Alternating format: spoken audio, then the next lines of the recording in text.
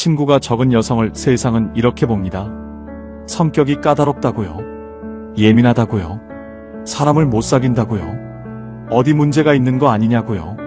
모임에서 먼저 나오면 재미없는 사람이 됩니다. 연락을 줄이면 건방지다고 합니다. 혼자 있는 시간이 많으면 걱정스럽게 봐요.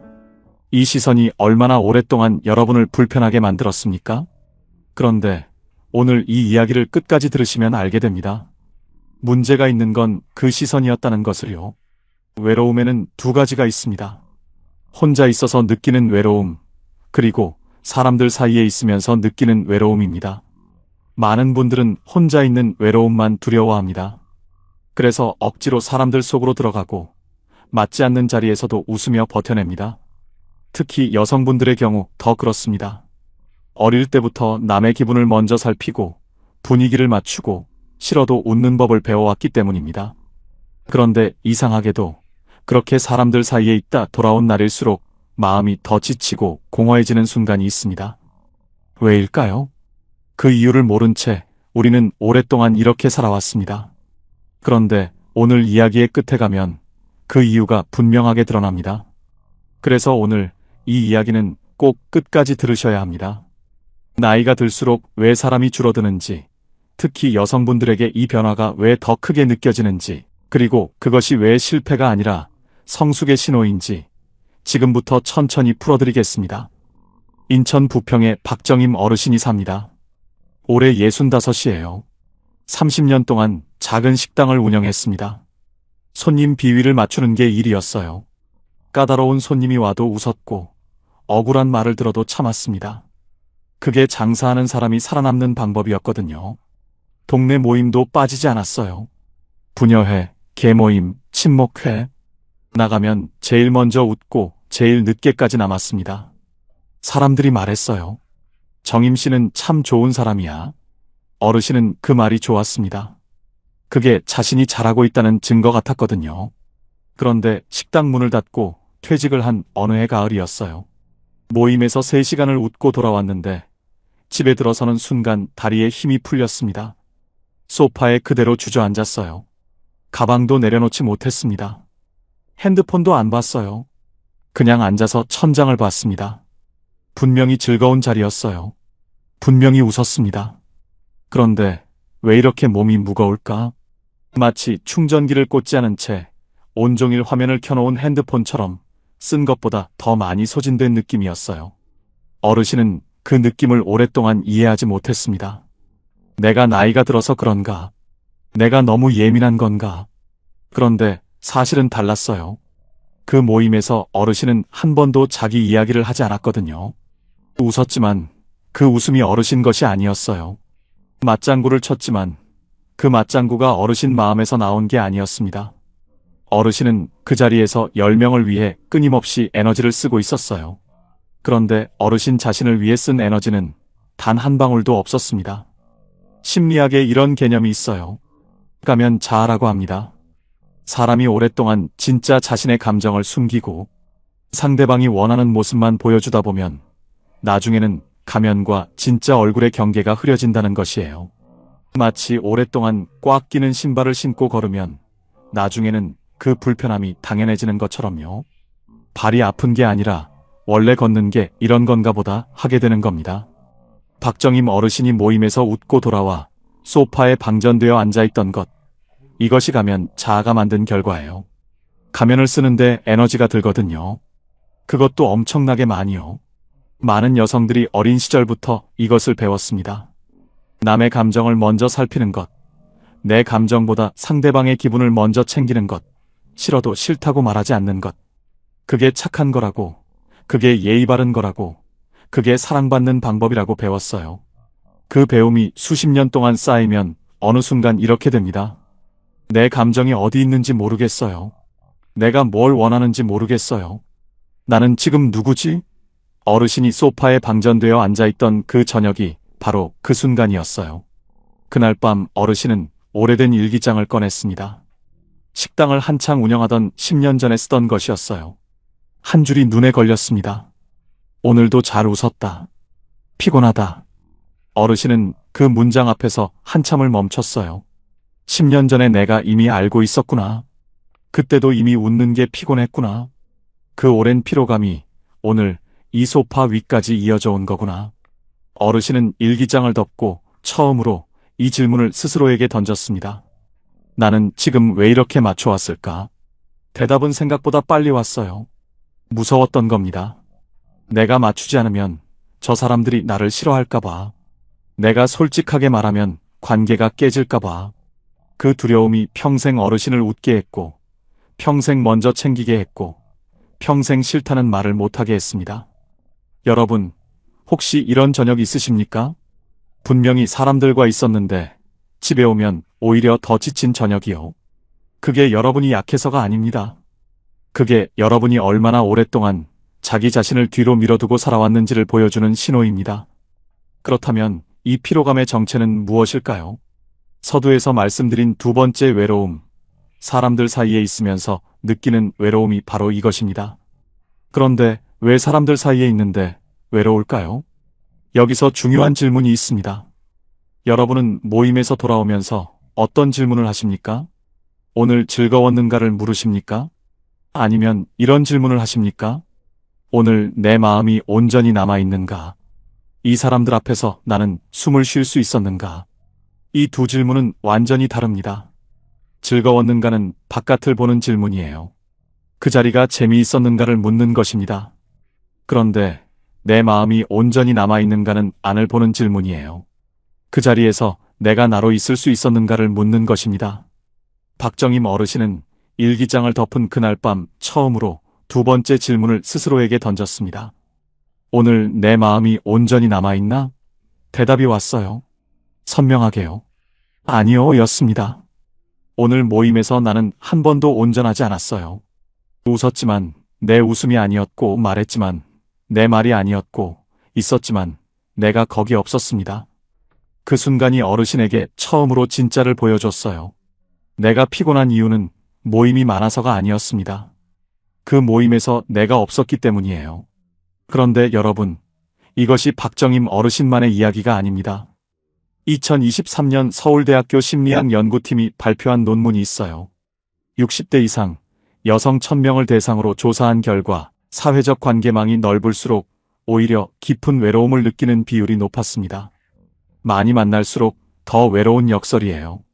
이것은 여러분이 이상한 게 아닙니다. 관계의 수를 늘리는 것이 답이 아니라는 뜻이에요. 자꾸 사람들 속으로 들어가라고 말하는 세상의 처방이 틀렸다는 겁니다. 답은 더 많은 사람이 아니에요. 더 온전한 나 자신에게 있습니다. 여러분, 지금 이 순간 이 질문을 한번 해보십시오. 나는 지금 즐거운 척하고 있습니까? 아니면 진짜로 온전합니까?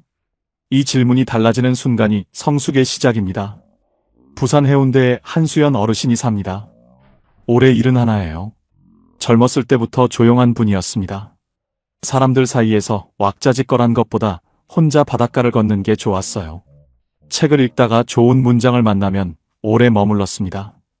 누군가와 대화를 할 때도 깊이 있는 이야기가 아니면 이상하게 입이 잘 안 열렸어요. 날씨 이야기, 드라마 이야기, 누구네 집 이야기. 그런 말들이 목구멍에서 잘 내려오지 않았습니다. 그런데 세상은 이런 분들에게 꼭 이렇게 말하더군요. 왜 그렇게 혼자예요? 친구가 없으면 어떻게 살아요? 며느리도 말했어요. 어머니는 왜 친구가 없으세요? 동네 사람들도 수군거렸습니다.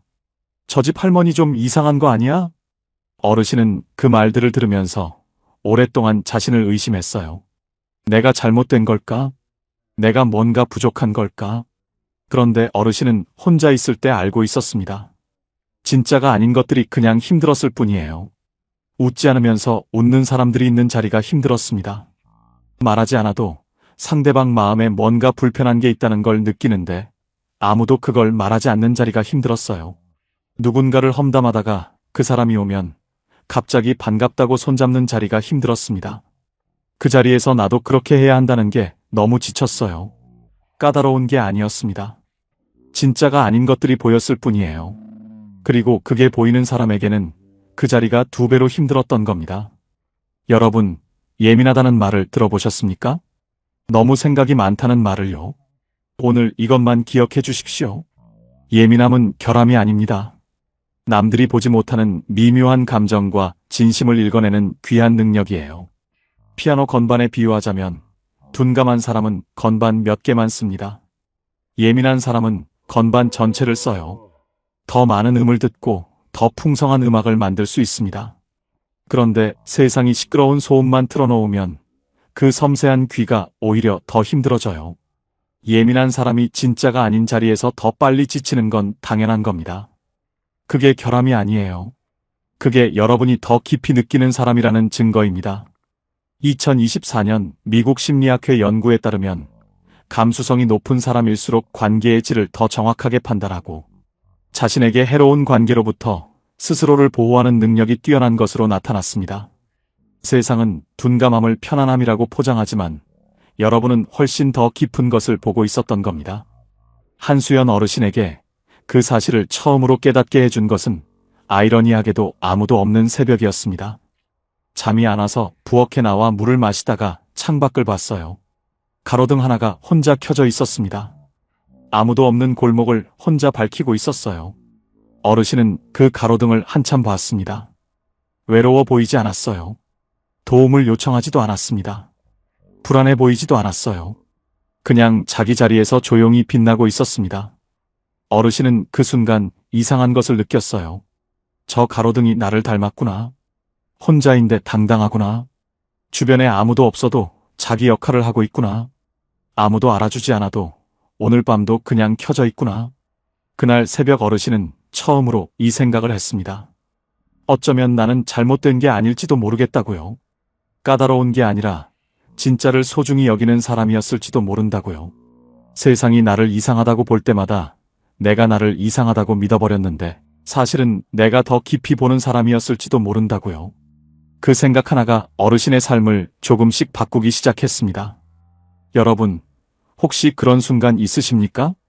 내가 이상한 게 아니라 그냥 다른 사람이었을지도 모른다는 생각이 처음으로 드는 순간이요. 그 순간이 성숙의 문을 여는 열쇠입니다. 서울 노원구의 오명자 어르신이 삽니다. 올해 68이에요. 남편과 사별하고 5년이 됐습니다. 남편이 살아있을 때는 부부 중심으로 살았어요.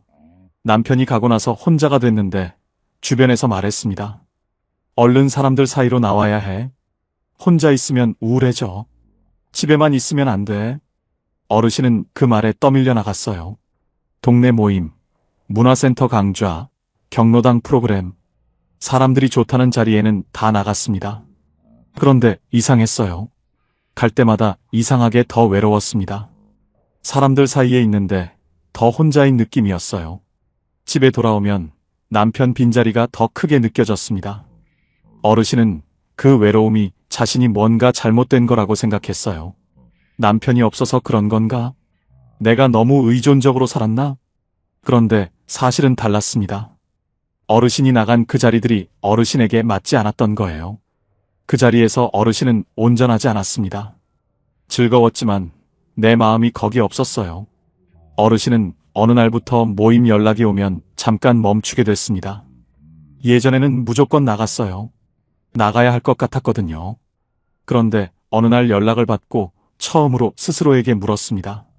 나는 오늘 거기 가고 싶은가? 대답이 아니오였어요. 어르신은 조용히 답장을 보냈습니다. 오늘은 좀 쉬려고요. 전화를 내려놓고 나서 가슴이 쿵 내려앉았어요. 섭섭해하지 않을까? 이상하게 생각하지 않을까? 그 생각이 파도처럼 밀려왔습니다. 어르신은 잠깐 핸드폰을 다시 들었어요. 다시 연락해서 간다고 할까? 그러다 내려놨습니다. 그냥 두기로 했어요. 그날 저녁이 달랐습니다. 혼자 밥을 차려 먹었어요. 좋아하는 음악을 틀었습니다. 오랫동안 읽다가 멈춰뒀던 책을 다시 펼쳤어요. 이상하게 몸이 가벼웠습니다. 방전되지 않았어요. 오히려 충전되는 느낌이었습니다. 어르신은 그 느낌이 신기했어요. 혼자인데 더 충만한 이 느낌이 뭘까? 이것이 경계를 세우는 첫 번째 날이었습니다. 심리학에서 경계 세우기란 이런 겁니다. 벽과 경계는 다릅니다. 벽은 모든 것을 막아요. 아무도 들어오지 못하게 합니다. 그런데 경계는 달라요.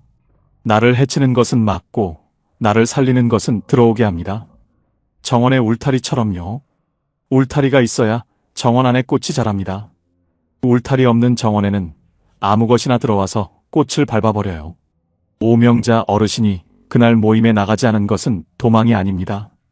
타인에게 받아들여지기 위해 애쓰는 삶 대신 진실하게 존재하기 위한 삶을 선택한 첫 번째 날이었어요. 그 선택이 처음에는 불안했습니다. 그런데 경계를 세우는 일이 한 번으로 끝나지는 않았어요. 어르신은 그 뒤로도 여러 번 흔들렸습니다. 모임 연락이 올 때마다 잠깐씩 죄책감이 왔어요. 나 혼자 편하자고 이러는 건가? 이기적인 건 아닐까? 그 생각이 드는 날은 다시 나가기도 했어요. 그리고 다시 방전되어 돌아왔습니다. 그래도 어르신은 포기하지 않았어요. 경계를 세우는 일은 근육을 키우는 것과 같아요. 처음에는 작은 무게도 힘들지만 매일 조금씩 들다 보면 어느 날 쉬워집니다. 어르신도 그랬어요. 처음에는 모임 하나를 안 나가는 것도 그렇게 힘들었는데 나중에는 내 마음을 먼저 확인하는 것이 자연스러워졌습니다. 관계의 수가 줄어드는 게 아니에요. 관계의 기준이 높아지는 겁니다. 그리고 그렇게 조금씩 자기 자신의 기준으로 살아가면서 어느 날 밤이었어요. 오명자 어르신은 조용히 앉아서 작은 약속을 했습니다. 소리내지 않아도 됐어요. 누구에게 말하지 않아도 됐습니다. 그냥 혼자 마음속으로요. 나는 더 이상 나 자신을 배신하지 않겠다고요. 가고 싶지 않은 자리에 억지로 가지 않겠다고요. 웃고 싶지 않을 때 억지로 웃지 않겠다고요. 내 마음이 아닌 말을 내 마음인 척 하지 않겠다고요. 그 약속이 거창하지 않았어요. 아무도 몰랐습니다. 세상이 달라지지도 않았어요. 그런데 어르신 안에서는 달라졌습니다. 오랫동안 뒤로 밀려나 있던 자기 자신이 처음으로 앞으로 나오는 느낌이었어요. 그날 밤 어르신은 일기를 썼습니다. 오늘 나는 나에게 약속을 했다. 그 문장을 쓰고 한참을 그 문장을 봤어요. 눈물이 났습니다. 슬퍼서가 아니었어요. 오랫동안 뒤로 밀려있던 자기 자신이 처음으로 앞으로 나온 것 같아서였습니다. 여러분, 이 약속 한번 해보신 적이 있으십니까? 아무도 모르는 밤에 나 자신에게 이 약속을 해보신 적이 있으십니까? 아직 안 하셨다면 오늘 밤이 그날이 될 수 있습니다. 혼자 있는 시간 이야기를 드리겠습니다. 많은 분들이 혼자 있는 시간을 두려워하십니다. 뭔가 잘못된 것 같고 버려진 것 같고 세상에서 뒤처지는 것 같은 느낌이 든다고 하세요. 그런데 혼자 있는 시간을 나무에 비유해보면 어떨까요? 나무는 봄에 꽃을 피우고 여름에 잎을 키웁니다. 그런데 가을이 되면 잎을 떨구고 겨울에는 텅 빈 것처럼 보여요. 그런데 그 텅 빈 겨울 동안 나무는 뿌리를 더 깊이 내립니다. 봄에 더 크게 피어나기 위해 안으로 힘을 모아요. 혼자 있는 시간이 바로 그 겨울입니다. 텅 빈 것처럼 보이지만 안에서는 가장 중요한 일이 일어나고 있어요. 잃어버렸던 나 자신을 다시 찾는 일이요. 박정임 어르신은 요즘 모임 대신 혼자 시장을 천천히 걷습니다. 예전에는 시장을 빠르게 지나쳤어요. 살 것만 사고 나왔습니다. 그런데 요즘은 달라요. 제철 과일 앞에서 멈추고 꽃 파는 할머니한테 말을 걸고 좋아하는 두부 가게에서 잠깐 이야기를 나눕니다. 억지로 웃지 않아도 되는 만남들이에요. 한수연 어르신은 여전히 혼자 바닷가를 걸어요. 그런데 예전처럼 이상한 사람이라는 생각을 하지 않습니다. 가로등처럼 자기 자리에서 빛나고 있다는 걸 이제 알거든요. 오명자 어르신은 저녁마다 혼자 차를 마십니다. 남편 빈자리가 아직 있어요. 그런데 그 빈자리를 억지로 채우려 하지 않습니다. 그냥 그 자리를 바라보면서 차를 마셔요. 그것만으로도 충분합니다. 다산 정약용 선생이 말씀하셨습니다. 자신을 아는 것이 모든 지혜의 시작이라고요. 세 분이 혼자 있는 시간 속에서 하고 있는 일이 바로 그것입니다. 자기 자신을 알아가는 일이요. 쇼펜하우어가 말했습니다. 고독은 탁월한 정신의 운명이다. 깊이 있는 사람일수록 얕은 연결에서 에너지를 잃습니다. 세 분이 관계를 줄여온 것은 깊이 때문이었어요. 결핍이 아닙니다. 성숙입니다. 그리고 여기서 한 가지 아름다운 일이 있습니다. 나 자신을 배신하지 않겠다는 약속을 지켜나가다 보면 이상한 일이 생겨요. 억지로 유지하던 관계들이 조용히 흘러가면서 대신 진짜인 것들이 조용히 곁에 남습니다. 숫자는 줄었지만 깊이는 깊어졌어요. 친구가 적어진 게 아닙니다. 진짜만 남은 겁니다. 그리고 그 진짜 한 명이 100명보다 소중합니다. 친구가 없는 게 아니라 내 삶을 지키기 위해 걸러내고 있었던 것이라고 했습니다. 지금 그 의미가 완성됩니다. 걸러낸 자리에 진짜가 남습니다. 삶의 기준이 바깥에서 내면으로 옮겨갔을 때 비로소 진짜 관계가 시작됩니다. 오늘 황금노후에서 나눈 이야기를 3가지로 정리해드리겠습니다. 첫째, 친구가 적은 것은 인간관계의 실패가 아닙니다. 얕은 연결보다 관계의 진실함을 더 중요하게 여기는 삶의 기준이 높아진 것이에요. 내 삶을 지키기 위해 걸러내고 있었던 겁니다. 그것은 결핍이 아니라 성숙의 증거입니다. 둘째, 모임에서 돌아와 방전되는 그 저녁이 여러분이 이상한 게 아닙니다. 즐거웠는가가 아니라 내 마음이 온전히 남아있는가를 물어보십시오. 그 질문이 달라지는 순간이 성숙의 시작입니다. 셋째, 혼자 있는 시간은 버려진 시간이 아닙니다. 잃어버렸던 자기 자신에게로 돌아가는 귀환의 시간이에요. 나 자신을 배신하지 않겠다는 약속을 지키기 시작할 때 적지만 깊고 안전한 관계들이 곁에 남습니다. 오늘 숙제는 하나입니다. 이번 주 안에 만나고 나면 방전되는 자리 하나를 조용히 내려놓으십시오. 그리고 그 시간에 혼자 산책을 나가보세요. 걸으면서 스스로에게 물어보십시오. 지금 내 마음이 온전히 있는가? 그 질문이 여러분을 여러분에게로 데려다 줄 것입니다. 오늘 댓글에 이것 하나만 써주십시오. 나도 오랫동안 맞춰왔습니다. 라고요. 그 한 줄이 같은 마음을 가진 누군가에게 닿을 수 있습니다. 여러분, 오늘 이 이야기를 끝까지 들으신 여러분은 이제 아십니다. 친구가 적다는 것이 실패가 아니라는 것을요. 그것은 여러분이 오랫동안 진짜를 소중히 여기며 살아온 증거입니다. 싫은 자리에서 조용히 나온 것도, 맞지 않는 관계를 조용히 내려놓은 것도, 혼자 있는 시간을 선택한 것도 전부 자기 자신을 지키려는 용기였습니다. 그것이 냉담함이 아니에요. 그것이 성숙입니다. 박정임 어르신이 소파에서 처음으로 내 마음이 온전히 있는가를 물었던 것처럼 한수연 어르신이 새벽 가로등 앞에서 나는 잘못된 게 아닐지도 모른다고 생각했던 것처럼 오명자 어르신이 아무도 모르는 밤에 나 자신을 배신하지 않겠다고 약속했던 것처럼 여러분도 이미 그 길을 걷고 있습니다. 자기 자신을 지키고 진실하게 살아가는 것, 그것이 가장 성숙한 여성의 모습입니다. 그 모습이 바로 여러분입니다. 가로등은 아무도 알아주지 않아도 오늘 밤도 켜져 있습니다. 여러분도 그렇습니다. 그 당당함을 아끼십시오. 그 진실함을 사랑하십시오. 이 영상을 보신 후 거울 앞에 서보세요. 그리고 이렇게 자신에게 말해보세요. 나는 평생 잘 살아왔습니다. 나는 충분히 괜찮은 사람입니다. 그리고 나는 지금 이미 충분합니다. 여러분, 여러분의 내일은 오늘보다 반드시 더 따뜻하고 빛날 것입니다. 황금노후가 늘 여러분 곁에 있겠습니다. 오늘도 끝까지 함께 해주셔서 진심으로 감사드립니다. 지금까지 황금노후였습니다. 여러분, 잠시 눈을 감고 생각해보세요. 세상에서 가장 행복한 하루는 어떤 날일까요? 전망 좋은 멋진 집에서 사는 노후일까요? 통장에 돈이 많아서 기분 좋은 날일까요? 그런데요. 사실은 남 눈치 전혀 보지 않고 내가 하고 싶은 것을 다 하는 하루가 세상 최고로 행복한 하루입니다.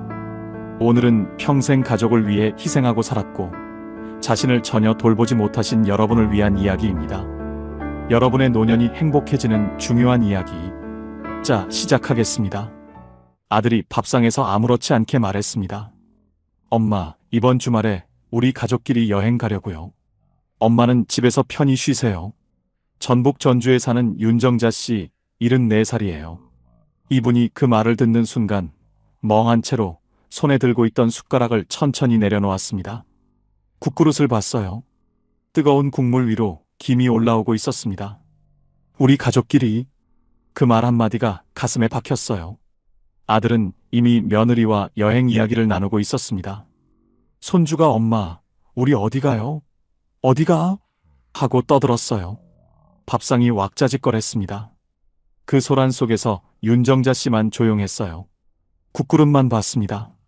아, 나는 이 집 가족이 아니구나. 40년을 살고 두 아들을 낳고 키운 이 집에서 나는 지금 그냥 동거인이구나. 그런데 이상하게도 그 깨달음이 슬픔이 아니라 하나의 해방처럼 느껴졌습니다. 그날 밤 방에 홀로 누운 윤정자 씨는 천장을 보며 오래 생각했어요. 그리고 결심했습니다. 독립하자. 내 집에서 살자. 지금 이 이야기를 들으시면서 가슴이 먹먹해지시는 분이 계신가요? 우리 가족끼리라는 말이 남의 이야기 같지 않으신 분이 계신가요? 그렇다면 오늘 이 이야기는 바로 여러분을 위한 것입니다. 혼자가 된다는 것이 끝이 아니에요. 오히려 지금부터가 진짜 내 인생의 시작이라는 것을, 오늘 이 이야기가 끝날 때 여러분은 그것을 아시게 될 겁니다. 지금 바로 시작하겠습니다. 60세 이후 혼자 사는 어르신이 얼마나 될까요? 2025년 통계청이 발표한 고령자 통계에 따르면 올해 65세 이상 고령 인구는 우리나라 전체 인구의 20.3%를 넘어섰습니다. 초고령 사회에 공식 진입한 거예요. 그리고 혼자 사는 고령자 가구는 전체 고령자 가구의 37.8%입니다. 노인 3집 중 하나가 혼자 사는 노인이에요. 여러분만 혼자 사는 게 아닙니다. 그런데 이분들 대부분이 혼자 산다는 것에 왠지 모를 죄책감을 느낍니다. 자식한테 짐이 되기 싫어서 혼자 사는 건데 그게 오히려 쓸쓸하고 초라하게 느껴지는 거예요. 주변에서 혼자 사세요, 외롭지 않으세요 하고 물으면 괜찮다고 웃지만 속으로는 뭔가 허전합니다. 오늘 이 이야기는 그 감각을 완전히 뒤집으려고 합니다. 혼자가 외로운 것이 아니라 혼자가 축복이라는 것을, 그것을 세 분의 이야기로 증명하겠습니다. 3개월 후 윤정자 씨는 작은 투룸 아파트를 얻었습니다. 자녀들은 반대했어요. 엄마, 혼자 사시면 아프면 어떡해요? 윤정자 씨는 단호했습니다. 나는 내 집에서 살고 싶어. 이삿날 아침이었어요. 작은 짐을 차에 싣고 엘리베이터를 내려오는데 이분은 생전 처음으로 어깨가 가벼워지는 걸 느꼈다고 했어요. 물리적으로 짐이 가벼운 게 아니었습니다. 어딘가에서 내내 짓누르던 무언가가 사라지는 기분이었다고요. 거리를 걸으면서 자신도 모르게 주변을 두리번거렸습니다. 봄꽃이 피어 있었어요. 이상하게도 그게 그렇게 눈에 들어온 적이 없었던 것 같았습니다. 아들 집에서 살 때는 꽃이 피어 있어도 못 봤어요. 항상 며느리 기분이 어떤가, 오늘 내가 실수한 게 없나 하고 머릿속이 가득 차 있었거든요. 처음 일주일은 정말 외로웠대요. 밤이 되면 아무 소리도 들리지 않는 집이 낯설었어요. 손자 뛰어다니는 소리도 그리웠고 아들 목소리도 그리웠습니다. 내가 잘한 걸까? 혼자 사는 게 맞을까? 그런데 일주일이 지나니 달라졌어요. 아침에 일어나면 제일 먼저 창문을 열었습니다. 오늘 날씨 정말 좋네. 그 혼잣말이 이분의 새 인생 첫 문장이었어요. 커피를 내려 마시며 텔레비전 소리를 크게 틀어도 아무도 뭐라 하지 않았어요. 점심은 내가 먹고 싶을 때 내가 먹고 싶은 걸 먹었습니다. 간단해도 맛있었어요. 내가 선택한 밥이었으니까요. 법구경에 이런 말씀이 있습니다. 자신을 이긴 자가 가장 위대한 승자다. 윤정자 씨가 이긴 것은 외로움이 아니었어요. 평생 자신을 짓누르던 눈치였습니다. 그 눈치를 이긴 날 아침, 처음으로 창문이 활짝 열렸어요. 그리고 신기한 일이 생겼습니다. 아들과 관계가 오히려 좋아진 거예요. 한 달에 한 번 만나는데 예전보다 훨씬 편해요. 아들도 말합니다. 엄마가 혼자 사시니까 오히려 관계가 좋아졌어요. 예전에는 매일 봐서 서로 불편했는데 이제는 가끔 보니까 더 반가워요. 거리가 사랑을 지켰습니다. 함께 살면서 서로 지치는 것보다 떨어져 살면서 서로 그리워하는 것이 더 건강한 사랑일 수 있어요. 그 그리움이 쌓여 가끔 만나는 날의 밥상을 더 따뜻하게 만들거든요. 여러분, 지금 자식 집에서 손님처럼 살고 계신 분이 계신가요? 짜도 맛있다고, 싱거워도 맛있다고 말하면서요. 그렇다면 윤정자 씨 이야기가 지금 여러분께 드리는 이야기입니다. 두 번째 이야기입니다. 강원도 춘천에 사는 한명숙 씨, 71살이에요. 이분은 10년 전 남편을 먼저 보냈습니다. 뇌졸 중이었어요. 갑작스러운 이별이었습니다. 장례를 치르고 나서 텅 빈 집에 홀로 남겨졌어요.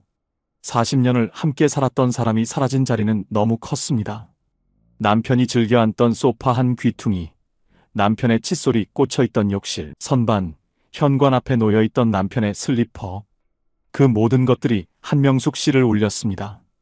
밥을 두 사람분으로 짓다가 혼자라는 걸 깨닫고 멈추는 순간, 두 개 놓던 수저를 하나만 놓는 순간, 그 순간들이 얼마나 아프고 낯선지요.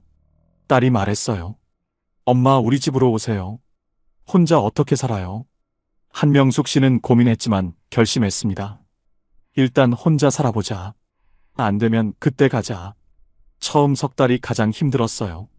새벽 3시에 눈이 떠지면 이불을 끌어안고 한참을 울었습니다. 남편이 꿈에 나왔다가 눈을 뜨면 없고, 라디오에서 남편이 좋아하던 노래가 나오면 발걸음이 멈춰지고, 그러던 어느 날이었어요. 점심때가 됐는데 아무것도 먹고 싶지 않았어요. 그냥 된장찌개나 끓이자 싶었습니다. 냉장고 문을 열어 남은 두부와 애호박을 꺼냈어요. 냄비에 물을 붓고 된장을 풀었습니다. 그런데 이불은 그 순간 멈췄어요. 된장을 얼마나 넣을까 하다가 갑자기 이런 생각이 들었습니다. 나는 이 된장찌개를 40년 동안 누구 입맛에 맞게 끓였지? 남편은 짜게, 아이들은 싱겁게, 시어머니는 건더기 없이 단 한 번도 내가 좋아하는 맛으로 끓인 적이 없었어요. 이분은 그 생각을 하면서 천천히 된장을 더 넣었습니다. 내가 좋아하는 만큼요. 애호박도 크게 썰었어요. 내가 크게 썬 건더기를 좋아하거든요. 두부도 넉넉하게 넣었습니다. 뚜껑을 열고 된장 익는 냄새를 맡았어요. 그 냄새가 코끝에 닿는 순간 갑자기 배가 고팠습니다. 밥을 한 숟가락 떠서 된장찌개에 말아 먹었어요. 그런데 그게 맛있었습니다. 진짜로요. 한명숙 씨는 그 순간 멈췄어요. 이상하다. 왜 이렇게 맛있지? 그리고 알았습니다. 천천히 씹어서였어요. 아무도 기다리지 않으니까. 내가 먹고 싶어서 끓인 밥이라서. 그리고 지금 이 냄비 앞에 서 있는 사람이 처음으로 오롯이 나여서. 이분은 그 된장찌개 한 그릇을 다 비우고 나서 한참을 그 자리에 앉아 있었습니다. 서두를 이유가 없었어요. 치울 이유도 어딘가 가야 할 이유도 없었습니다. 그 조용함이 처음엔 낯설었는데 가만히 앉아 있으니 이상하게 마음이 고요해졌어요. 한명숙 씨는 생각했습니다. 아, 이게 외로운 게 아니구나. 이게 평온한 거구나. 내가 지금까지 이 고요함을 외로움이라고 오해하고 있었던 거구나. 쇼펜하우어는 이렇게 말했습니다. 고독을 즐길 줄 아는 사람만이 진정한 자유를 얻는다고. 고독은 비어있는 것이 아닙니다. 내가 나 자신으로 가득 차 있는 상태예요. 한명숙 씨는 40년을 아내로, 엄마로, 며느리로 살면서 한 번도 온전히 나로 있어 본 적이 없었어요. 그런데 혼자가 되고 나서야 처음으로 자신을 만났습니다. 내가 무엇을 좋아하는지, 무엇을 먹고 싶은지. 71살에 남편을 떠나보내고 나서야 드디어 자신을 알게 됐습니다. 그날 이후 한명숙 씨는 매일 아침 작은 냄비를 꺼냅니다. 혼자 불량이에요. 된장찌개를 끓이면서 라디오를 틀어요. 남편이 좋아하던 노래가 나올 때도 있습니다. 예전엔 그 노래가 나오면 발걸음이 멈춰졌는데 이제는 그 노래를 들으며 두부를 썰어요. 눈물이 나면서도 조용히 웃습니다. 그리움과 평온이 같이 있었습니다. 이분은 말해요. 남편이 그립지 않은 날은 없어요. 하지만 그 그리움이 이제는 나를 무너뜨리지 않아요. 오히려 오늘 하루를 더 소중하게 살게 해줘요. 어느 날 딸이 말했어요. 엄마 목소리가 밝아요. 웃음이 많아졌어요. 전화할 때마다 엄마가 행복해 보여서 제가 더 행복해요. 한명숙 씨는 그 말을 듣고 눈물이 났다고 합니다. 내가 행복해야 자녀도 행복하다는 것을 어른이 되어서야 몸으로 알게 됐다고요. 자녀에게 줄 수 있는 가장 큰 선물은 재산도 희생도 아니었습니다. 내가 행복한 모습 그 자체였어요. 여러분, 지금 2개 놓던 수저를 하나만 놓고 계신 분이 계신가요? 그 외로움이 얼마나 깊은지 압니다. 그런데 어느 날 혼자 끓인 된장찌개 한 그릇이 이상하게 맛있어지는 날이 옵니다. 그날이 새 삶의 시작이에요. 그 맛을 기다려 주십시오. 세 번째 이야기입니다. 경북 포항에 사는 오순덕 씨, 72살이에요. 이분은 평생 바다를 좋아했습니다. 포항 바다요. 집에서 버스 타고 30분이면 가는 거리인데 한 번도 혼자 간 적이 없었어요. 남편이 살아있을 때 함께 가고 싶었는데 못 갔습니다. 남편은 바다를 별로 안 좋아했거든요.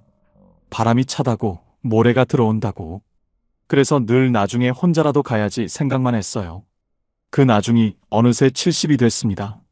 자식들이 바쁘고 친구들도 몸이 여의치 않고 어느 날 오순덕 씨는 결심했어요. 오늘 바다 가자.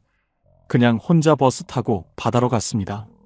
바닷가 작은 민박에서 하룻밤을 잤어요. 이른 새벽에 눈이 떠졌습니다. 민박 창문을 열었더니 바다 냄새가 코로 들어왔어요. 아직 어두운 새벽이었습니다. 오순덕 씨는 그냥 바닷가로 나갔어요. 혼자서요.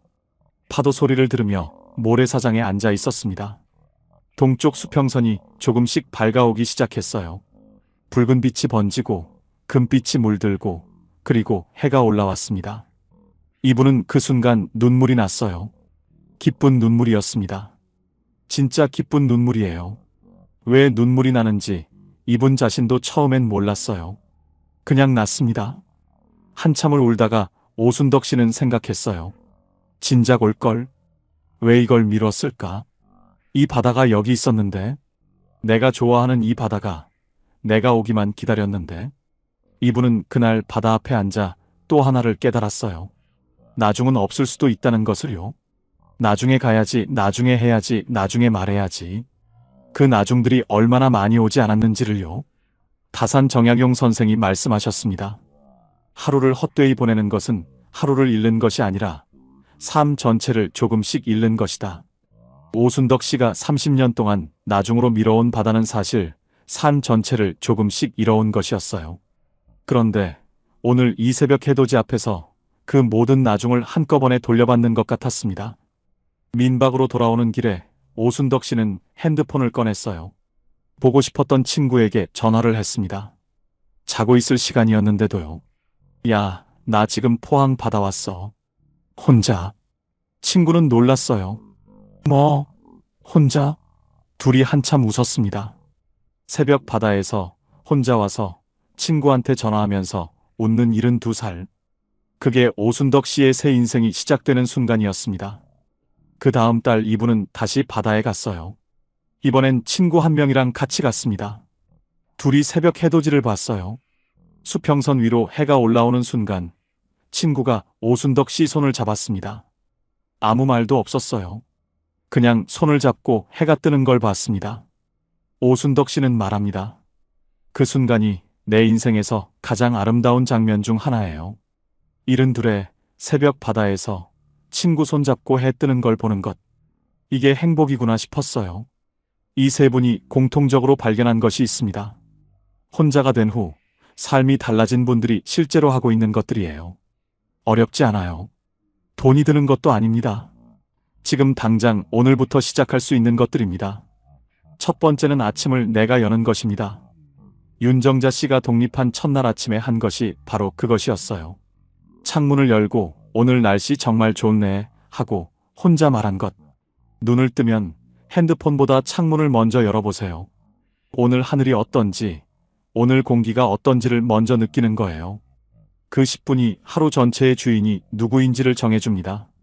두 번째는 내 손으로 내 밥을 짓는 것입니다. 한명숙 씨의 된장찌개처럼요. 40년 동안 남편 입맛, 자식 입맛에 맞게 끓이던 된장찌개를 처음으로 내 입맛대로 끓이는 것. 짜게 먹고 싶으면 짜게, 건더기 많이 넣고 싶으면 많이 넣고, 천천히 먹고 싶으면 천천히 먹는 것. 그 작은 선택들이 쌓여 내가 누구인지를 다시 알게 해줍니다. 간단해도 맛있어요. 내가 선택한 밥이었으니까요. 세 번째는 미뤄둔 것을 오늘 하는 것입니다. 오순덕 씨처럼 바다를 30년 미뤘다면 오늘 가세요. 보고 싶은 친구가 있으면 오늘 전화하세요. 배우고 싶었던 것이 있으면 오늘 등록하세요. 하고 싶은 말이 있으면 오늘 하세요. 나중은 오지 않을 수 있어요. 오늘이 여러분께 주어진 가장 확실한 선물입니다. 네 번째는 진짜 관계 하나를 만드는 것입니다. 오순덕 씨가 새벽 바다에서 친구 손을 잡은 것처럼요. 관계의 수가 중요한 게 아니에요. 하버드 의과대학이 724명의 삶을 85년에 걸쳐 추적한 연구의 결론은 단 하나였어요. 노년의 행복을 결정하는 것은 관계의 수가 아니라 관계의 깊이라고. 아무 말 없이 손만 잡아줄 수 있는 사람 한 명. 그 사람이 있느냐 없느냐가 노년의 행복을 결정합니다. 복지관이든 경로당이든 동네 공원이든 오늘 한 발짝만 나가보십시오. 5번째는 거울 앞에서 나에게 말을 거는 것입니다. 오늘도 잘 살았어 하고요. 처음에는 어색해요. 그런데 일주일만 해보시면 달라집니다. 거울 속 내가 다르게 보이기 시작해요. 내가 나의 편이 되는 거거든요. 세상에서 가장 오래, 가장 가까이 있어줄 수 있는 사람은 결국 나 자신이에요. 그 나 자신에게 오늘 처음으로 말을 걸어보십시오. 이제 세 분이 지금 어떻게 살고 있는지 말씀드릴게요. 윤정자 씨는 요즘 매달 첫째 주 일요일에 아들 가족을 만납니다. 예전엔 매일 봤지만 눈치를 봤어요. 지금은 한 달에 한 번 보지만 그날이 기다려집니다. 손자가 달려들면 진심으로 안아줘요. 예전에는 그 손자가 왜 이렇게 피곤하게 뛰어다니나 싶었는데 지금은 그 작은 팔이 얼마나 귀한지 모릅니다. 한 달 동안 쌓인 그리움이 그 포옹 안에 다 들어있거든요. 아들이 지난달에 이런 말을 했대요. 엄마가 혼자 사신 후로 저도 엄마가 더 보고 싶어졌어요. 윤정자 씨는 그 말을 듣고 속으로 생각했습니다. 그래, 이게 맞는 거야. 한명숙 씨는 오늘도 아침에 작은 냄비를 꺼냈습니다. 된장찌개요. 두부를 썰면서 라디오를 틀었어요. 남편이 좋아하던 노래가 나왔습니다. 이분은 그 노래를 들으며 두부를 썰었어요. 눈물이 나면서도 조용히 웃었습니다. 그리움과 평온이 같이 있었어요. 이분은 생각합니다. 남편이 가장 행복했던 모습이 뭐였을까? 아마 내가 웃는 모습이었을 거야. 그러니까 오늘도 웃어야지. 오순덕 씨는 지난주에도 바다를 다녀왔습니다. 이번엔 혼자 갔어요. 모래사장에 앉아서 파도를 봤습니다. 아무것도 안 했어요. 그냥 앉아 있었습니다. 그런데 그 아무것도 안 하는 시간이 이분에게는 가장 꽉 찬 시간이었어요. 파도가 밀려오고 밀려가는 것을 보면서 생각했습니다. 인생도 이렇구나. 밀려오고 밀려가는 거구나. 그리고 지금 이 순간 나는 이 파도 앞에 앉아 있구나. 이게 소풍이구나. 세 사람에게 물었습니다. 지금 행복하세요? 세 사람이 같은 대답을 했어요. 이게 처음으로 내 삶이에요. 그 말이 얼마나 빛나는지 아세요? 70이 넘어서 혼자가 되고 나서 드디어 내 삶이라고 말할 수 있다는 것이, 그것이야말로 가장 아름다운 인생의 완성입니다. 지금 이 영상을 보시는 분들 중에 아직 자식 집에서 눈치를 보고 계신 분이 있으신가요? 윤정자 씨가 그랬어요. 40년을 산 집에서 손님처럼 살았어요. 그런데 지금은 작은 투룸에서 세상에서 제일 자유로운 사람으로 살고 있습니다. 용기를 내세요. 처음 일주일은 외로울 거예요. 하지만 그 일주일만 버티면 창문 너머로 다르게 보이는 세상이 기다리고 있습니다. 배우자를 먼저 떠나보내신 분이 계신가요? 한명숙 씨가 그랬어요. 2개 놓던 수저를 하나만 놓는 그 아픔을 알아요. 충분히 아파하셔도 됩니다. 그런데 어느 날 혼자 끓인 된장찌개 한 그릇이 이상하게 맛있어지는 날이 옵니다. 그날이 새 삶의 시작이에요. 그 맛을 기다려주세요. 하고 싶은 게 있는데 나중에 하려고 미뤄두신 게 있으신가요? 오순덕 씨처럼 오늘 가세요. 오늘 전화하세요. 오늘 말하세요. 나중은 오지 않을 수도 있어요. 오늘이 여러분께 주어진 가장 확실한 선물이에요. 60세 이후 혼자가 된다는 것은 실패가 아닙니다. 인생이 정리되고 있다는 신호예요. 드디어 자신의 행복한 시간이 오고 있다는 증거입니다. 이제 다른 사람을 위해 살던 시간에서 벗어나 진짜 나를 위해 살아갈 시간이 온 것입니다. 어쩌면 지금 여러분이 보내고 있는 이 조용한 시간이 인생에서 가장 자유롭고 아름다운 계절일지도 모릅니다. 인생은 소풍입니다. 소풍은 혼자 가도 좋아요.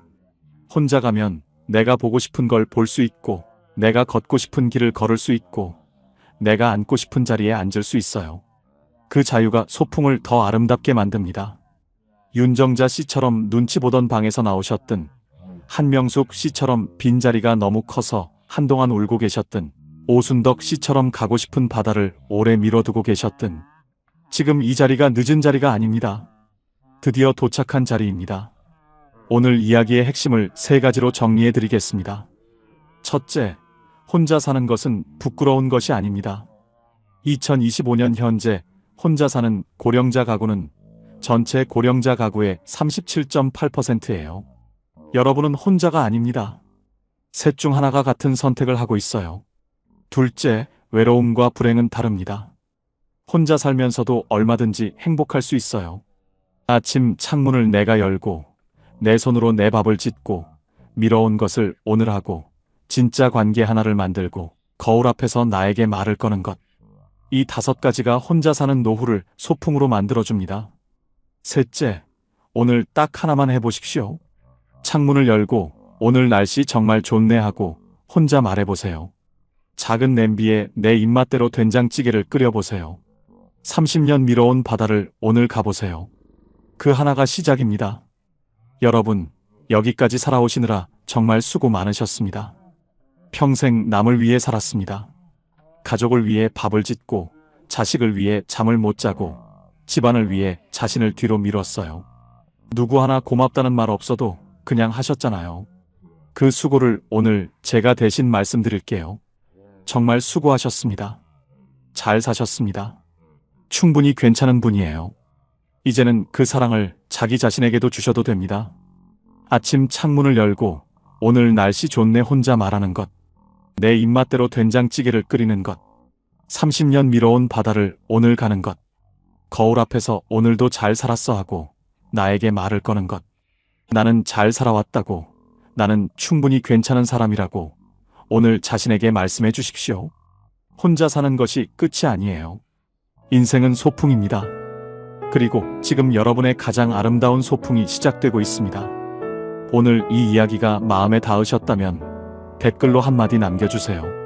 지금 사시는 지역과 함께 오늘 세 분의 이야기 중 가장 마음에 닿은 장면이 어디였는지 써주십시오. 우리 가족끼리라는 말에 국그릇을 내려다보던 윤정자 씨였는지, 혼자 끓인 된장찌개가 처음으로 맛있었던 한명숙 씨의 그 점심이었는지, 새벽 포항 바다에서 친구 손잡고 해 뜨는 걸 보던 오순덕 씨의 그 순간이었는지요. 여러분의 그 한마디가 지금 비슷한 자리에서 혼자 버티고 계신 다른 분들께 큰 힘이 됩니다. 오늘도 끝까지 함께 해주셔서 진심으로 감사드립니다. 황금노후는 여러분의 행복을 위해 평생 응원하겠습니다. 지금까지 황금노후였습니다. 여러분께 솔직한 질문 하나 드리겠습니다. 살면서 가장 후회되는 것이 무엇입니까? 잠깐 생각해 보십시오. 돈을 더 많이 벌지 못한 것일까요? 자식을 더 잘 키우지 못한 것일까요? 아니면 건강을 더 잘 챙기지 못한 것일까요? 그런데요, 오늘 제가 만나뵌 어르신들이 한결같이 하신 말씀이 있습니다. 그분들이 가장 후회하는 것은 돈도, 자식도, 건강도 아니었습니다. 서울대학교 노년학 연구팀이 70대 이상 노인 800명을 대상으로 조사한 결과도 똑같았습니다. 그것이 무엇일까요? 노년에 가장 후회하는 것은 1위가 하지 못한 말이었고, 2위가 가보지 못한 곳이었고, 3위가 화해하지 못한 관계였습니다. 돈이 아니었습니다. 명예가 아니었습니다.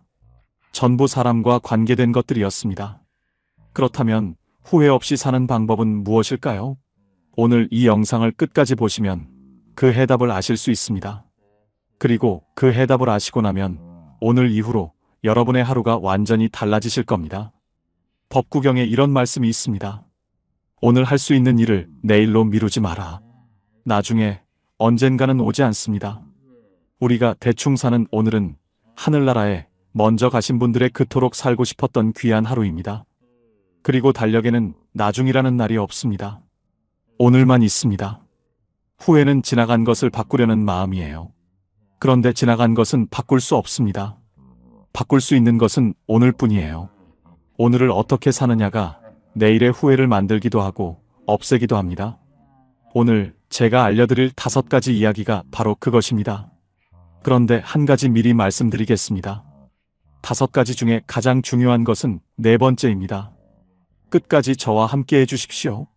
나이 들수록 인생을 행복하게 사는 법. 첫 번째입니다. 하고 싶은 말은 오늘 하십시오. 평생 참으셨다고요? 이제 그러지 마세요. 경남 거제에 사시는 74살 박말순 어르신 이야기입니다. 어르신은 평생 하고 싶은 말을 참으셨습니다. 가족한테도, 친구한테도, 이웃한테도요. 좋다는 말, 고맙다는 말, 보고 싶다는 말.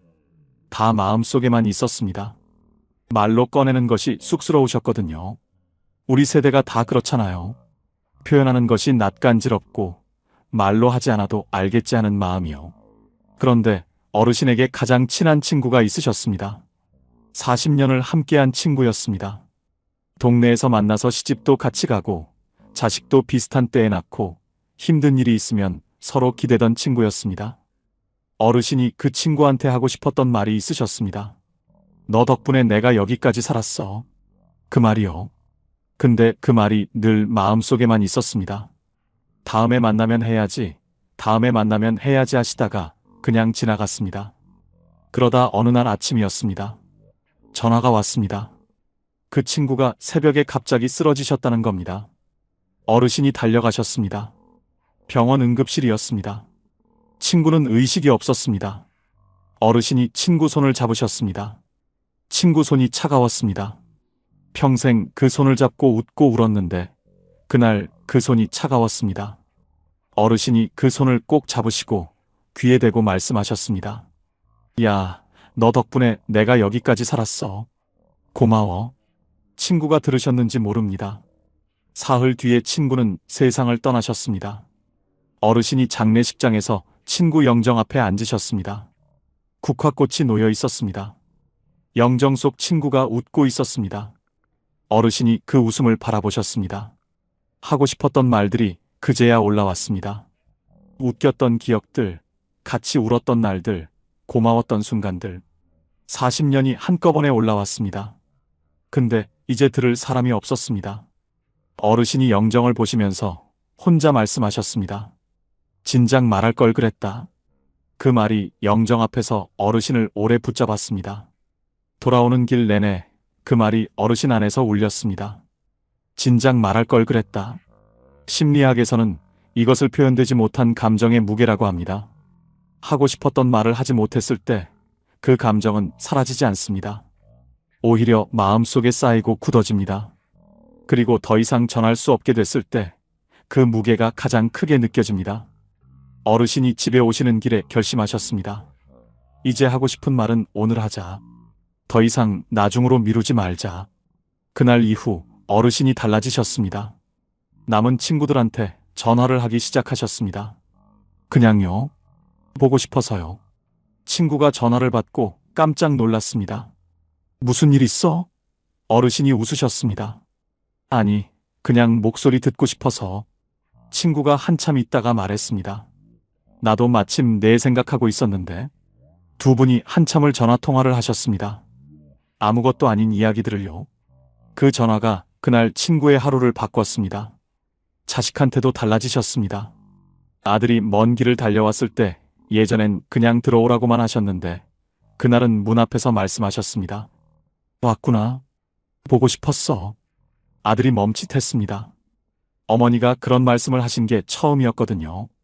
아들이 아무 말 없이 어르신을 안았습니다. 쇼펜하우어는 이런 말을 했습니다. 우리가 나누는 말 한마디가 상대방의 하루를 바꿀 수 있다. 그런데 그 말을 하지 않으면 아무것도 바뀌지 않는다. 말은 때가 있습니다. 꽃이 피는 때가 있듯 말도 피어야 할 때가 있습니다. 그때를 놓치면 꽃이 지듯 말도 사라집니다. 어르신이 이렇게 말씀하셨습니다.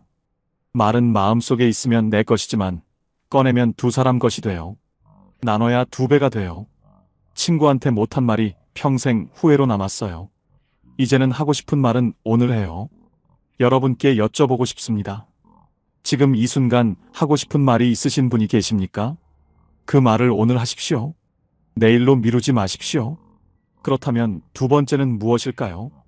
혹시 가보고 싶으셨던 곳이 있으십니까? 아직 나중으로 미루고 계신 곳이요.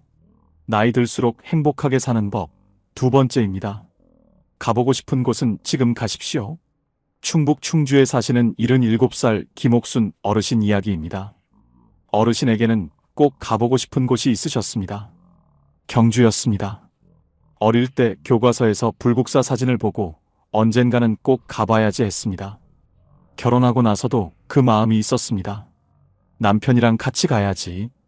근데 자식들이 어리고 살림이 빠듯하고 몸이 좀 나아지면 하다가 세월이 흘렀습니다. 자식들이 다 크고 나서는 이번엔 남편이 편찮으셨습니다. 남편 몸이 좀 나아지면 가야지. 그러다 남편이 먼저 가셨습니다. 어르신이 남편 떠나보내시고 한동안 멍하게 지내셨습니다. 어느 날 장롱을 정리하시다가 오래된 수첩을 꺼내셨습니다. 거기에 가보고 싶은 곳들이 적혀 있었습니다. 경주 불국사, 전주 한옥마을, 강릉바다. 어르신이 그 수첩을 보시다가 눈물이 나셨습니다. 남편이랑 같이 가려고 적어놨던 것들이었거든요. 이제 혼자 가야 하는데 혼자 가는 게 무슨 의미가 있나 싶으셨습니다. 그냥 수첩을 덮으셨습니다. 그러다 딸이 놀러 왔습니다. 어르신이 그 수첩 이야기를 하셨더니 딸이 말했습니다. 엄마, 혼자 가면 어때요? 어르신이 말씀하셨습니다. 혼자 가는 게 무슨 재미야? 딸이 말했습니다. 가는 게 재미있는 거잖아요. 함께 가는 사람이 없으면 아버지 생각하면서 가면 되잖아요. 어르신이 그 말이 마음에 걸리셨습니다. 며칠을 생각하셨습니다. 그러다 어느 날 아침에 버스표를 예매하셨습니다. 경주 가는 버스요. 혼자요. 버스를 타시는데 손이 좀 떨리셨다고 합니다. 이 나이에 혼자 여행을 가다니 싶으셨습니다. 그래도 가셨습니다. 불국사 입구에 내리셨습니다. 돌계단을 올라가셨습니다. 천천히요. 다리가 좀 아프셨지만 올라가셨습니다. 그리고 불국사 앞에 서셨습니다. 어르신이 그 자리에서 한참 서 계셨습니다. 교과서에서 보던 그 건물이 눈앞에 있었습니다. 생각보다 컸습니다. 생각보다 아름다웠습니다. 어르신 눈에 눈물이 고였습니다. 남편 생각이 나셨습니다. 여보, 나왔어요. 당신과 같이 오려고 했는데 내가 혼자 왔어요. 혼자여도 용기 내서 당신이 옆에 있다 생각하고 왔어요. 어르신이 한참을 그 자리에 서 계셨습니다. 순간 남편이 그리워 뺨위로 흐르는 눈물을 주체할 수 없었습니다. 한평생 살아왔던 순간순간이 영화 필름처럼 스쳐 지나갔습니다. 그러다 살짝 미소 지으셨습니다. 왔구나. 드디어 왔구나. 그 한마디가 평생의 나중을 끝냈습니다. 어르신이 그날 불국사 경내를 천천히 걸으셨습니다. 아무도 기다리는 사람이 없었습니다. 빨리 가야 할 이유가 없었습니다. 돌 하나하나를 보시면서 걸으셨습니다. 처마 끝을 보시면서 걸으셨습니다. 그날 어르신이 사진을 찍으셨습니다. 혼자서요. 셀카를요. 평생 셀카를 찍어본 적이 없으셨는데 그날 찍으셨습니다. 집에 오셔서 딸한테 그 사진을 보내드렸습니다. 딸이 전화를 했습니다. 엄마 표정 좀 봐요. 너무 좋아 보여요. 어르신이 그 말을 들으시고 생각하셨습니다. 그렇구나. 나 좋아 보이는구나. 심리학자들은 이것을 이렇게 설명합니다. 미뤄온 것을 실제로 행동으로 옮기는 순간 뇌에서 도파민이 분비되면서 성취감과 함께 자기 효능감이 높아진다고요. 쉽게 말하면 이렇습니다. 나중에 하려고 했던 것을 오늘 하는 순간 뇌가 기뻐한다는 겁니다. 나중이라는 말은 사실 두려움의 다른 이름입니다. 혼자 가면 어쩌지, 나이 들어서 가면 이상하지 않을까, 그 두려움이 나중을 만드는 겁니다. 그런데 그 두려움을 넘어서는 순간 불국사 앞에 서게 됩니다. 어르신이 이렇게 말씀하셨습니다.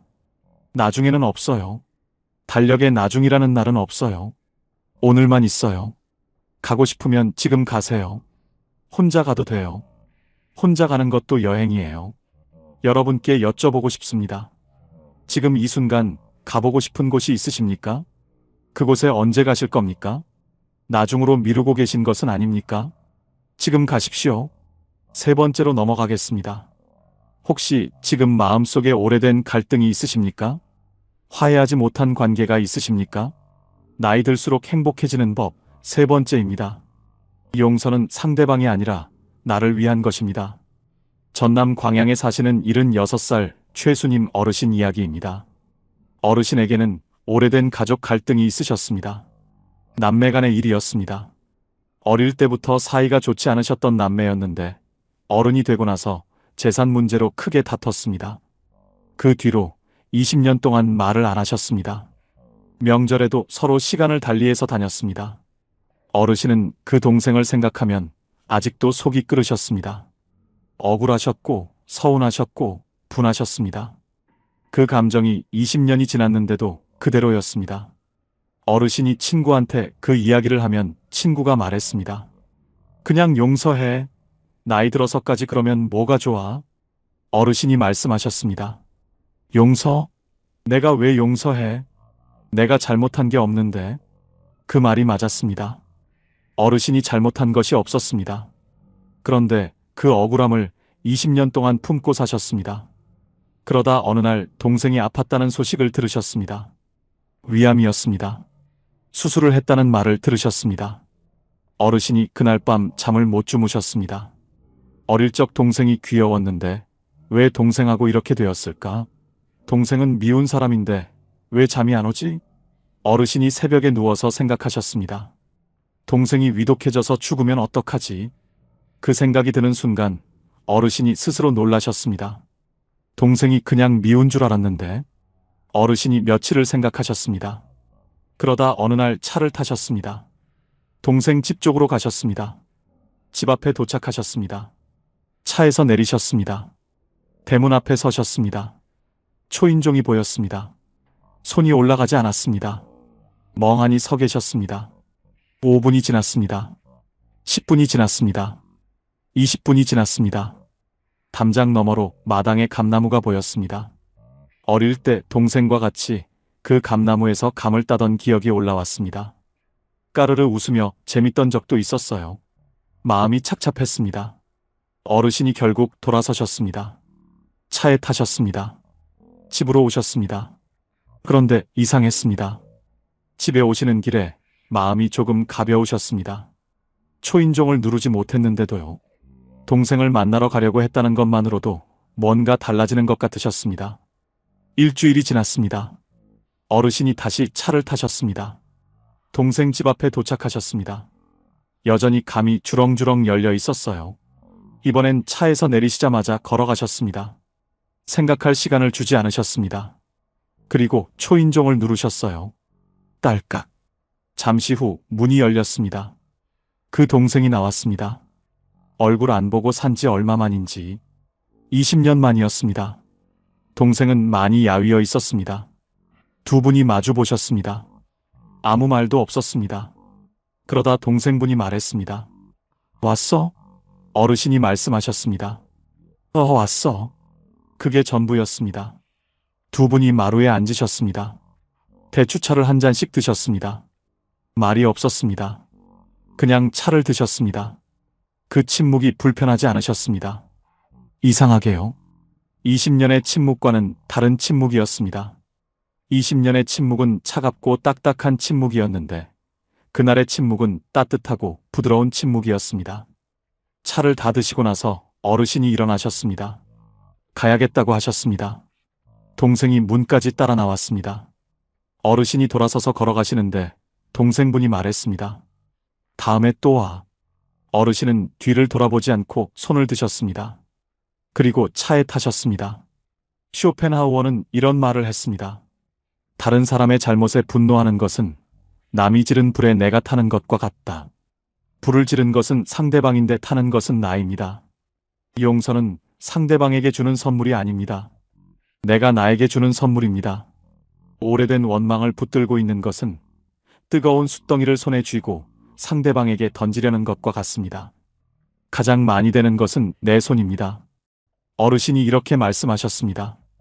용서한 게 아니에요. 그냥 동생 얼굴만 한번 보려고 갔어요. 근데 갔더니 내 마음이 달라지더라고요. 용서는 상대방을 위한 게 아니에요. 나를 위한 거예요. 20년 동안 내가 나를 가뒀던 거예요. 이제 그 감옥 속에서 나온 것 같아요. 여러분께 여쭤보고 싶습니다.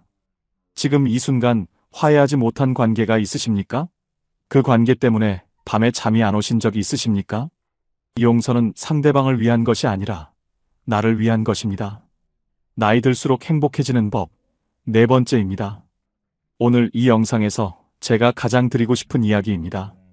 내가 나를 가장 먼저 안아줘야 합니다. 잠깐 멈추겠습니다. 지금부터 드릴 이야기가 오늘 이 영상에서 가장 깊은 이야기입니다. 여러분께 먼저 한 가지 여쭤보겠습니다. 여러분은 지금 여러분 자신이 좋으십니까? 나 자신이 좋다. 나는 잘 살아왔다. 그런 생각이 드십니까? 망설여지신다고요? 선뜻 그렇다고 하시기 어려우신 분이 계시죠? 그렇다면 이 이야기는 여러분을 위한 것입니다. 끝까지 들어보세요. 경북 영천에 사시는 79살 이말래 어르신 이야기입니다. 어르신은 평생 스스로에게 가혹하셨습니다. 더 잘해야 했는데, 더 참아야 했는데, 더 잘 키워야 했는데, 자식이 힘들면 내 탓, 남편이 힘들면 내 탓, 집안이 어려우면 내 탓. 그 자책이 평생 어르신을 따라다녔습니다. 어르신이 잘한 것들도 많으셨습니다. 가난한 살림에 자식 셋을 다 가르치셨고, 시부모를 10년 넘게 모시셨고, 남편 병치레를 혼자 감당하셨습니다. 대단한 일들이었습니다. 그런데 어르신은 그것들을 잘한 것이라고 생각하지 않으셨습니다. 당연히 해야 하는 것을 한 것뿐이라고 생각하셨습니다. 칭찬받을 일이 아니라고요. 그러면서 잘못한 것들은 아주 크게 보셨습니다. 자식한테 한번 크게 화를 냈던 것, 시어머니한테 퉁명스럽게 대했던 것, 남편한테 서운한 말을 했던 것, 그것들이 수십 년이 지나도 마음속에 남아 있으셨습니다. 어르신이 혼자 계실 때면 그 기억들이 올라왔습니다. 그때 내가 왜 그랬을까? 그때 좀 더 잘해줬어야 하는데. 그 자책이 어르신을 오래 붙잡았습니다. 정말 힘들었습니다. 울컥울컥한 날이 수없이 많았습니다. 그러다 어르신 팔순 생일날이었습니다. 자식들이 다 모였습니다. 손주들도 왔어요. 케이크에 불을 켰습니다. 다들 박수를 치셨습니다. 어르신이 소원을 비시고 불을 끄셨습니다. 케이크를 자르는데 중학교 다니는 손녀가 어르신 옆으로 왔습니다. 그리고 말했습니다. 할머니는 할머니 자신이 좋아요? 어르신이 그 질문을 들으시고 웃으시려다가 멈추셨습니다. 좋아요? 할머니 자신이요? 그 질문이 어르신한테 처음으로 오는 질문이었습니다. 평생 누구도 그런 걸 물어본 적이 없었습니다. 어르신 스스로도 그런 걸 생각해 본 적이 없었습니다. 어르신이 난처한 표정을 지으면서 대답을 못 하셨습니다. 손녀가 초롱초롱한 눈으로 할머니의 대답을 기다렸어요.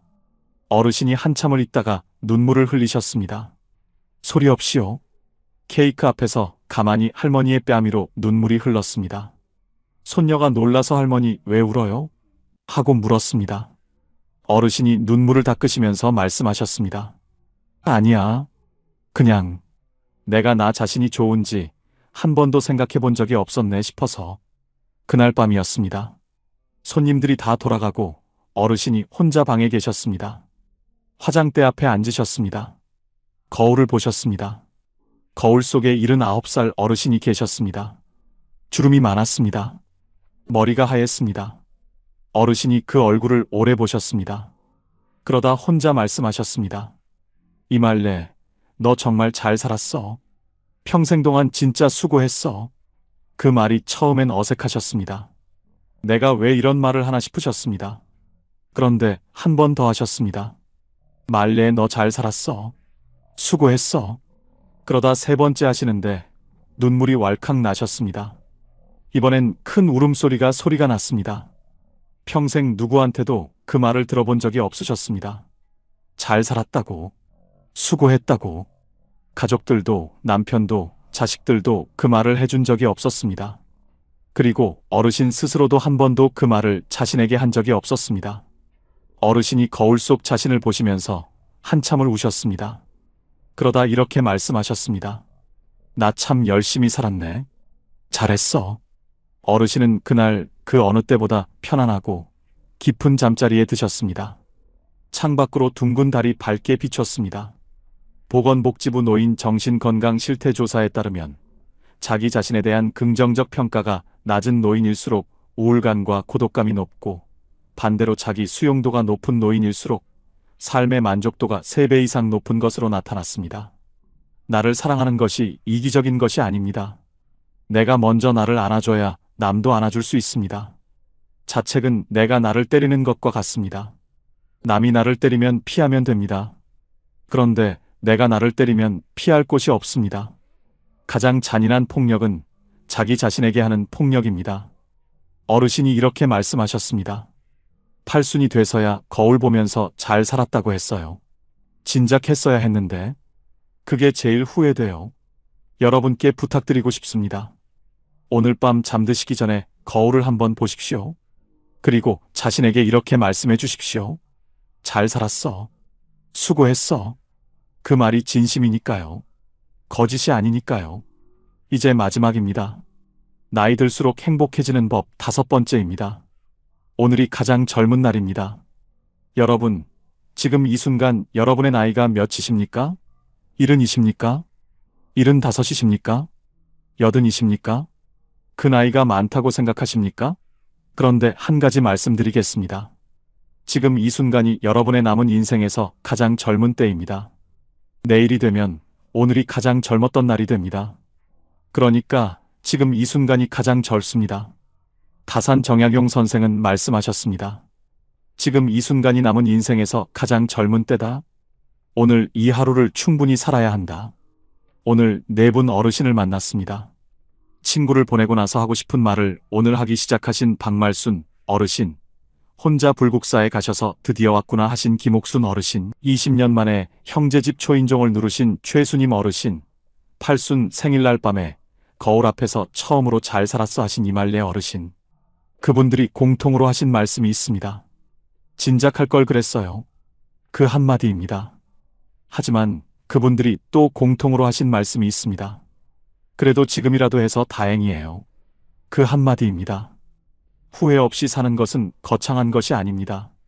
오늘 하고 싶은 말을 하는 것, 오늘 가보고 싶은 곳에 가는 것, 오늘 용서하는 것, 오늘 나를 안아주는 것, 그리고 오늘이 내 인생에서 가장 젊은 날이라는 것을 아는 것.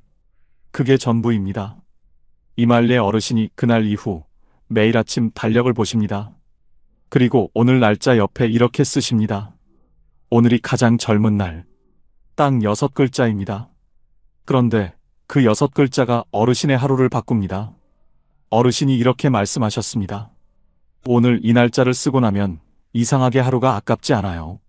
그냥 지나가면 안 될 것 같아요. 그래서 뭔가를 하게 돼요. 전화도 하고 어디도 가고 하고 싶은 말도 하고. 그 6글자가 저를 움직이게 해요. 오늘 여러분도 달력을 꺼내십시오. 오늘 날짜 옆에 이렇게 쓰십시오. 오늘이 가장 젊은 날. 그리고 오늘 딱 한 가지만 하십시오. 하고 싶었던 말을 하는 것, 가보고 싶었던 곳에 가는 것, 오래된 관계에 먼저 손을 내미는 것, 아니면 거울 앞에서 잘 살았어 한마디 하는 것. 딱 하나만요. 그 하나가 오늘을 후회 없는 날로 만들어줍니다. 이제 마무리입니다. 오늘 5가지를 함께 들으셨습니다.